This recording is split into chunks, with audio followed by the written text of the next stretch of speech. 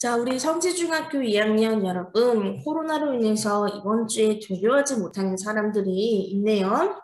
이에 따라서 우리 수행평가를 준비해야 하기 때문에 지금처럼 우리 녹화를 통해 수업을 진행하도록 하겠습니다.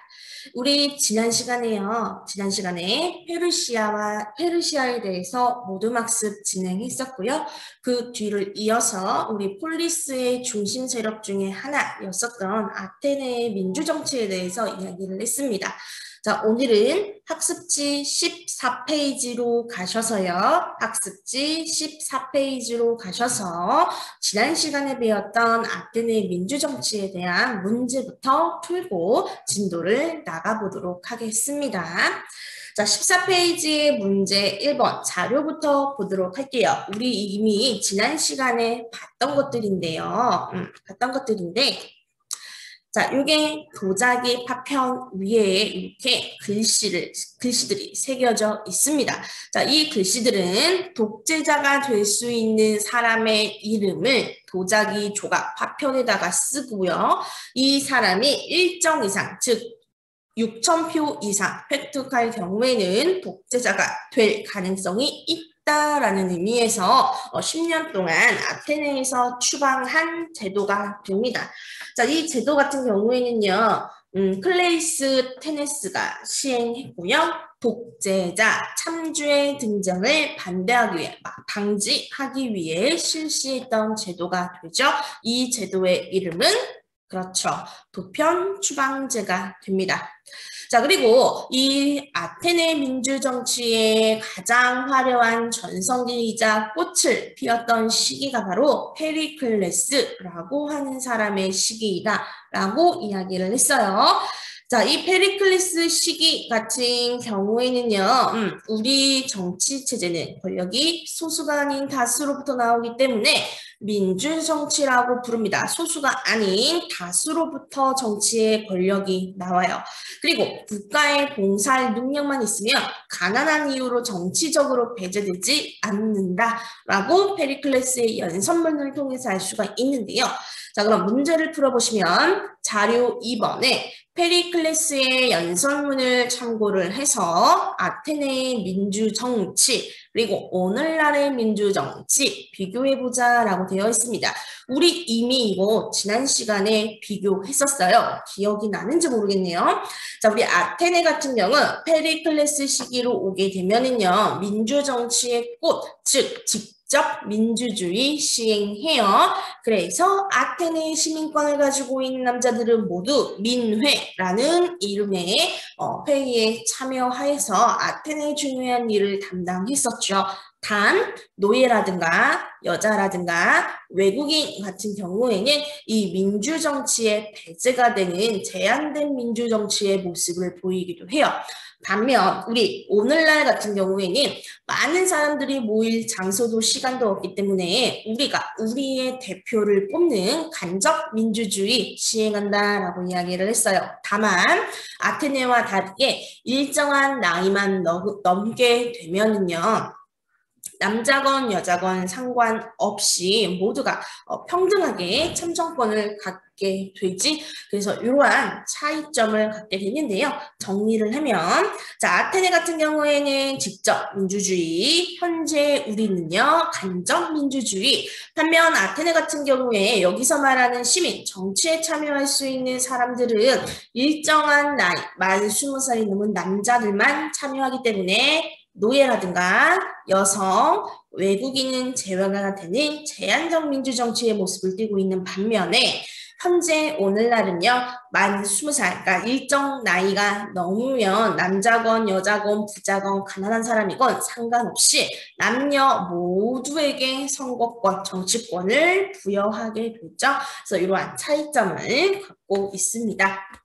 자, 그럼 이어서 학습지 13페이지로 오셔서요. 아테네에 이어서 스파르타에 대해서 보도록 하겠습니다. 자, 스파르타 같은 경우에는요, 정복 국가로 이 폴리스가 시작이 됩니다. 정복 국가, 말 그대로 다른 지역, 다른 나라를 정복하는 과정에서 나라가 출발했다라는 의미고요. 다른 폴리스와 마찬가지로 왕과 그리고 귀족이 정치를 담당했습니다. 특히 민회라고 해서요. 스파르타 안에서도 시민권을 가지고 있는 사람들이 이 민회에 모여서 국가의 중요한 일들을 이야기하고 결정했다고 하는데, 자, 우리 이거 지도 이미 이전에 한 번씩 봤던 지도입니다. 자, 여기는 페르시아였었죠. 아케메네스 왕조 페르시아가 있던 곳이고요. 여기는 고대 그리스가 있던 곳인데요. 이 중에서 대표적인 폴리스 딱 두 곳, 아테네와 스파르타 위치 알아두셔야 해요. 자, 이 스파르타의 가장 특징적이라고 이야기할 수 있는 거는요, 바로 군국주의입니다. 자, 군국, 말 그대로 나라, 국자, 군대할 때, 군사할 때 군자예요. 그러니까 나라 자체가 군대라는 의미이기 때문에요. 정권 자체가, 정치를 하는 사람들 자체가 군인인 군사정권이 들어섰던 폴리스이기도 합니다. 자, 그럼 왜 스파르타는 이러한 군국주의, 군사정권이 드러날 수밖에 없었느냐? 배경을 보시면은 이 스파르타 안에서 시민이라고 부를 수 있었던 사람은요, 소수였어요. 아주 적은 수의 특별한 계층들 뿐이었습니다. 그러다 보니 소수의 스파르타인, 즉 다른 지역에서 이주 왔던 강한 사람들이 그 지역에 원래 살고 있었던 원주민을요, 일반 백성 혹은 노예로 만들게 됩니다. 이에 따라 이 소수의 스파르타인은요, 강한 힘을 가질 필요성이 있었기 때문에 스파르타의 사람들은 모두 국가에 충성해야 하고요, 복종해야 돼라는 사상을 강조하게 되고, 또 스파르타인은 강해지기 위해서 강력한 군사훈련을 실시했다고 해요. 이걸 통해서 강력한 군대를 갖게 된 스파르타가 주변 지역을 점차 정복해 들어가기 시작을 하면서 강한 폴리스로 성장하게 되는 거죠.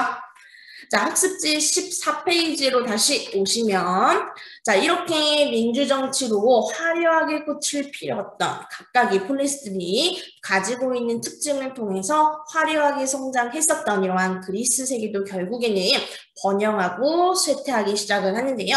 가장 먼저 페르시아 전쟁부터 보도록 할게요. 자, 기원전 5세기에 지중해를 두고 페르시아와 그리스가 우리 전쟁한다라고 이미 여러 번 이야기했었죠. 특히 이때 페르시아 같은 경우 아케메네스 왕조 페르시아라고 한다고 했었고요.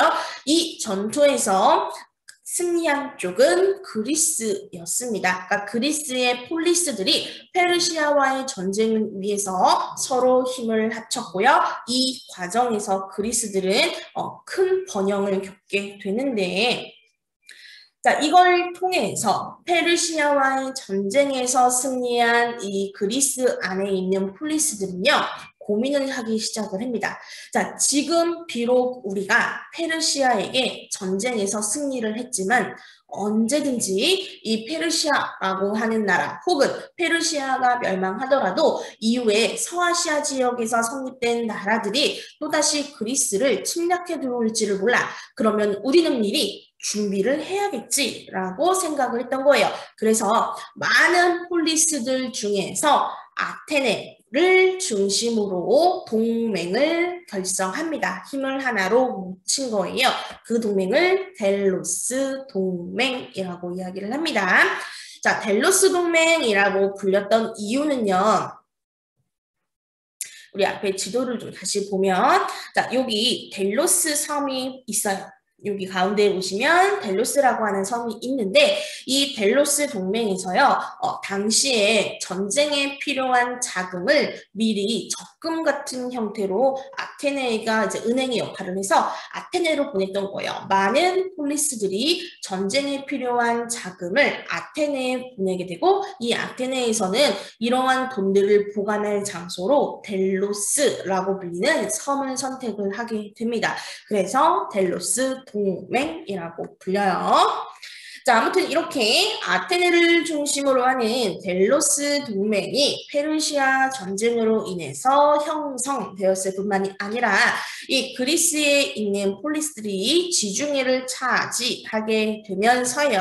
이 그리스가 그리스 세계에 있는 폴리스들, 특히 아테네를 중심으로 하는 민주 정치가 꽃이 피는 화려한 전성기를 도래하게 되고요. 바로 이 시기가 우리 이전 시간에 배웠던 페리클레스 시대가 되는 거죠. 자, 그러다가요. 이른바 펠레폰네소스라고 하는 전쟁이 발발하게 됩니다. 이 전쟁은 무엇이냐? 앞에서 이야기한 것처럼 델로스 동맹은 아테네를 중심으로 형성이 돼. 그런데 아테네가요. 델로스 섬에 모아두었던 돈을, 모금된 돈을요. 다 빼서 아테네가 사용을 하기 시작을 했던 거예요. 그리고 또 이 페르시아 전쟁으로 인해서 아테네라고 하는 폴리스의 힘이 점점 강해지다 보니까 스파르타를 비롯한 많은 폴리스들이 이 아테네에 반발하기 시작을 합니다. 이에 따라 스파르타를 중심으로 아테네에 반발하는 동맹이 만들어지게 되는데요. 그 동맹을 펠레폰네소스 동맹이라고 합니다. 자, 그래서 크게 아테네를 중심으로 하는 델로스 동맹, 스파르타를 중심으로 하는 펠레폰네소스 동맹이 서로 전쟁을 치르게 되는데 이 전쟁을 펠레폰네소스 전쟁이라고 하고요.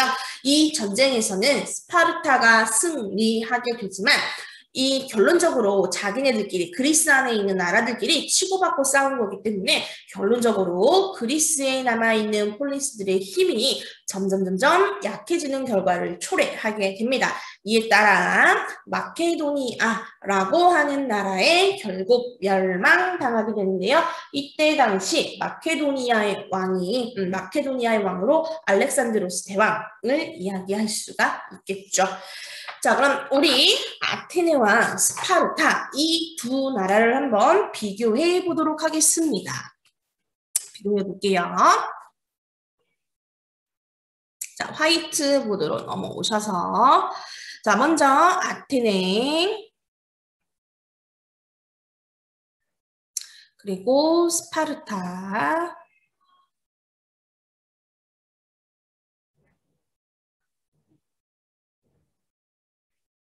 자, 산업적으로 보게 되면은요. 아테네 같은 경우에는 지리적으로 바닷가에 위치해 있어. 그래서 주로 상업이 많이 발달할 수가 밖에 없었습니다. 바다를 통해서 다른 지역과의 교류를 활발히 하는 상업을 위주로 했다면 스파르타 같은 경우에는 주로 산지에 위치해 있었기 때문에요. 주로 농업에 기반을 두고 있다고 해요. 그래서 위치적으로 조금 전에 이야기한 것처럼 아테네 같은 경우에는 해안가, 반면에 스파르타 같은 경우에는 내륙 지역이라고 이야기할 수가 있죠.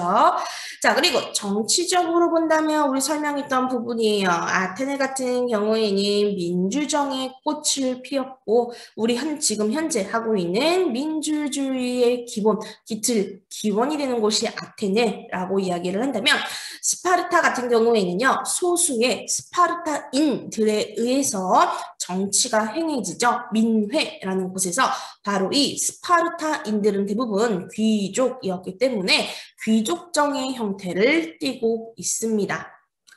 자, 그리고 아테네를 중심으로 페르시아 전쟁의 결과로 동맹이 형성이 된다라고 이야기했었죠. 바로 델로스 동맹이 되고요. 또 아테네의 힘이 점차 강해지게 되자 스파르타와 같은 뜻을 하고 있는 사람들이 아테네에 반발하기 위해서 새로운 동맹 구성한다라고 이야기했습니다. 그 동맹이 펠레폰네소스 동맹 이라고 이야기를 하죠. 자, 학습지 14페이지로 돌아오시면은요. 대제국을 건설한 알렉산드로스 나옵니다. 그 부분 보도록 하겠습니다. 자, 알렉산드로스가 제국 커다란 나라를 만들어요. 자, 앞서 이야기한 것처럼요. 마케도니아라고 하는 나라가 있었는데 알렉산드로스는 바로 이 마케도니아라고 불리는 나라의 왕이었습니다. 자, 이 마케도니아의 알렉산드로스가요. 그리스의 폴리스들을 모두 멸망시키게 돼요. 그래서 그리스를 모두 정복하게 되고 이렇게 강한 힘을 갖게 된 알렉산드로스 대왕은요. 점차 자신의 눈을 동쪽으로 돌려서요.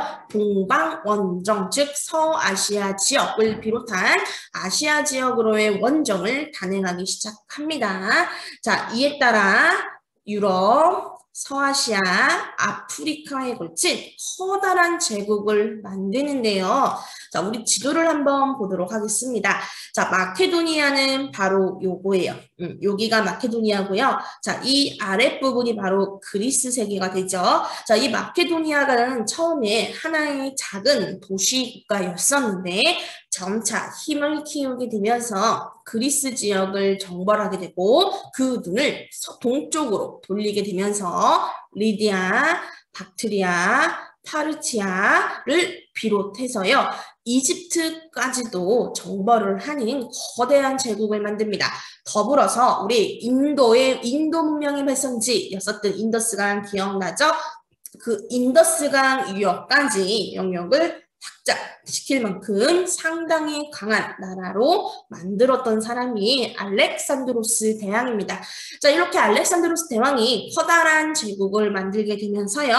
동양과 서양을 이어주는 역할을 하게 되면서 동서 교역로를 확보했을 뿐만이 아니라 자, 이 말이 중요합니다.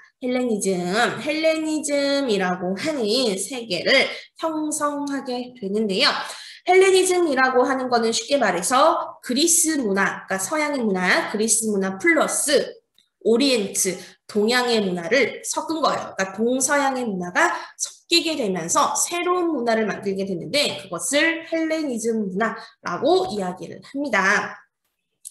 자, 이렇게 넓은 영토를 확보하게 된 알렉산드로스 대왕은요, 이 지역에 있는 사람들을 모두 하나로 통합시킬 필요가 있어요. 그래서 동서융합, 하나로 합치는 이러한 정책을 하게 됩니다. 첫 번째로 알렉산드리아라고 불리는 도시를 건설하는데요. 이 알렉산드리아는 알렉산드로스의 이름을 딴 도시고요. 이 넓은 영토, 그러니까 알렉산드로스 대왕이 성립했던, 만들었던 이 넓은 영토 안에서 무려 40여 개의 도시들을 알렉산드리아라고 불렀다고 해요.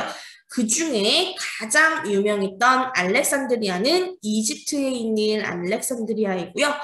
이곳뿐만이 아니라 요거 점 표시 있죠. 이곳들이 다 당시의 대표적인 알렉산드리아라고 불리는 도시라고 합니다. 더불어서 이 알렉산드로스 대왕은요. 정복한 지역에다가 그리스인들을 이주시켰을 뿐만이 아니라 이주한 그리스인과 원래 그 지역에 살고 있는 사람들을 결혼시키는 결혼 정책을 하게 되고요. 또 어쨌든 이 넓은 영토를 차지한 알렉산드로스 대왕이었지만 본질은 그리스와 같은 계통이었기 때문에 그리스어를 공용어로 사용하고요. 또 동방에, 그러니까 동양에 있는 군주정, 우리 동양 같은 경우에는 왕, 황제 권한을 상당히 강한 이러한 모습을 보였었지. 바로 이 동방 군주정을 그대로 계승하게 되면서 이른바 동양과 서양의 문화가 섞이는 헬레니즘 문화라고 하는 것이 발달하게 됩니다. 자, 이 알렉산드로스 대왕은 넓은 영토를 획득을 하게 되지만 이렇게 알렉산드로스가 긴 시간 동안 군대를 이끌고 동방 장악을 하게 되면서요. 알렉산드로스 대왕이 병에 걸렸다고 해요. 젊은 나이에 30대 초반? 되게 젊은 나이에 병에 걸렸고 그 풍토병에 걸려서 결국에는 알렉산드로스 대왕이 갑자기 죽게 되거든요.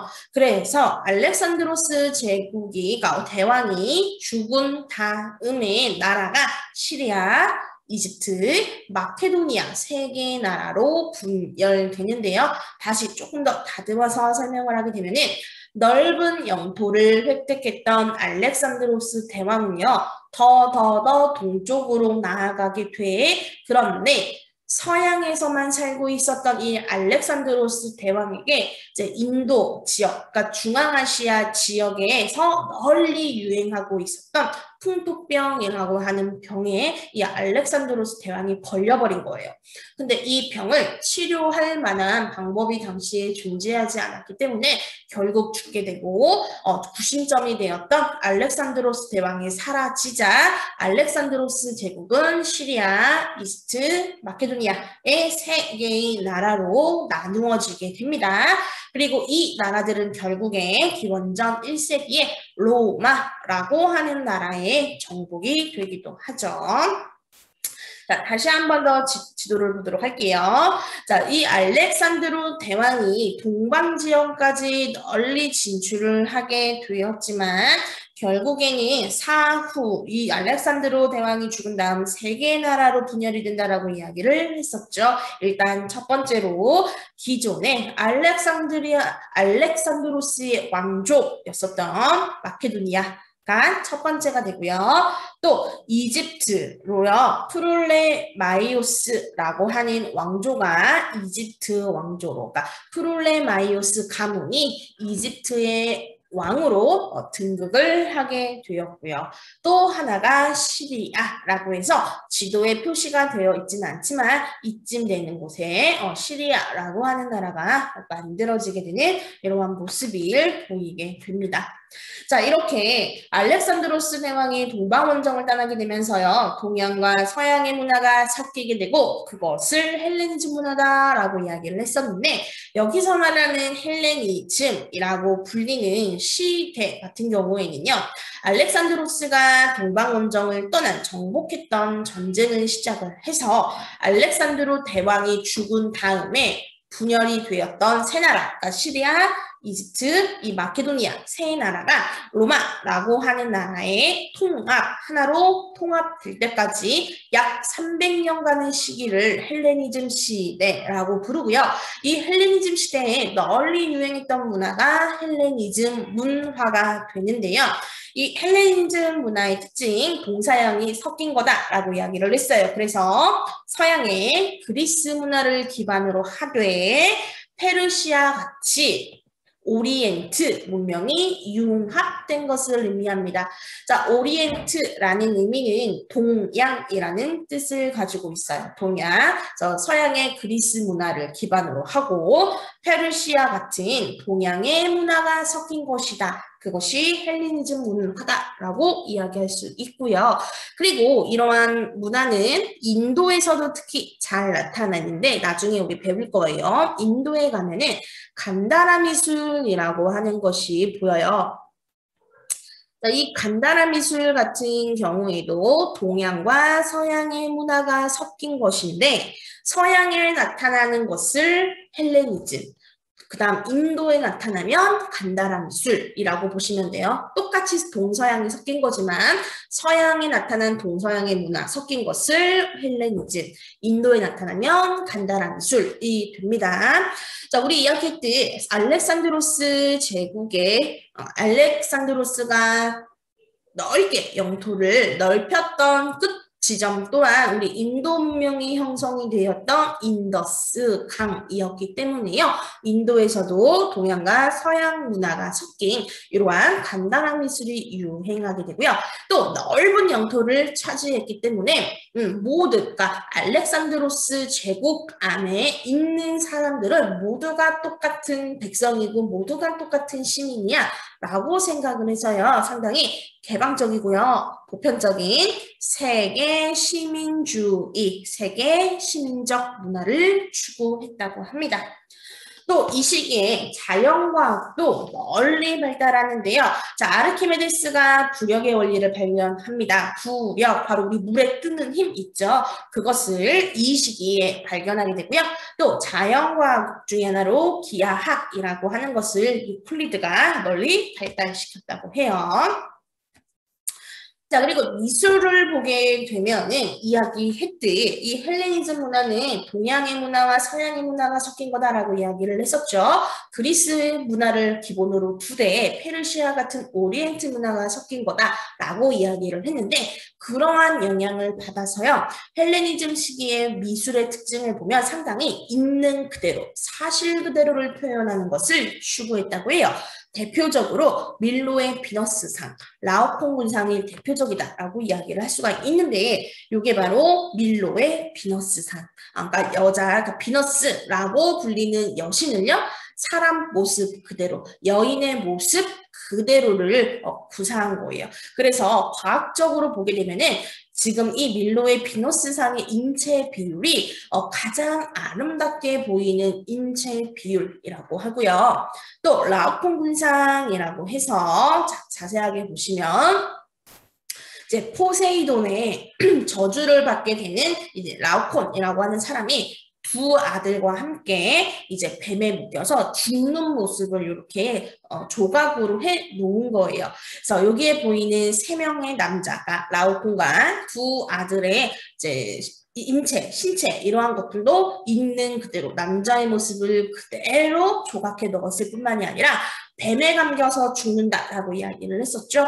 얼굴 표정들을 보시면은 그 인간이 죽는 괴로움, 그러니까 뭔가의 몸에 쪼여서 죽음을 당하는 그러한 모습을 있는 그대로 사실 그대로 표현한 것이 이 헬레니즘 시기에 상당히 특징적인 모습이다라는 사실을 알 수가 있습니다.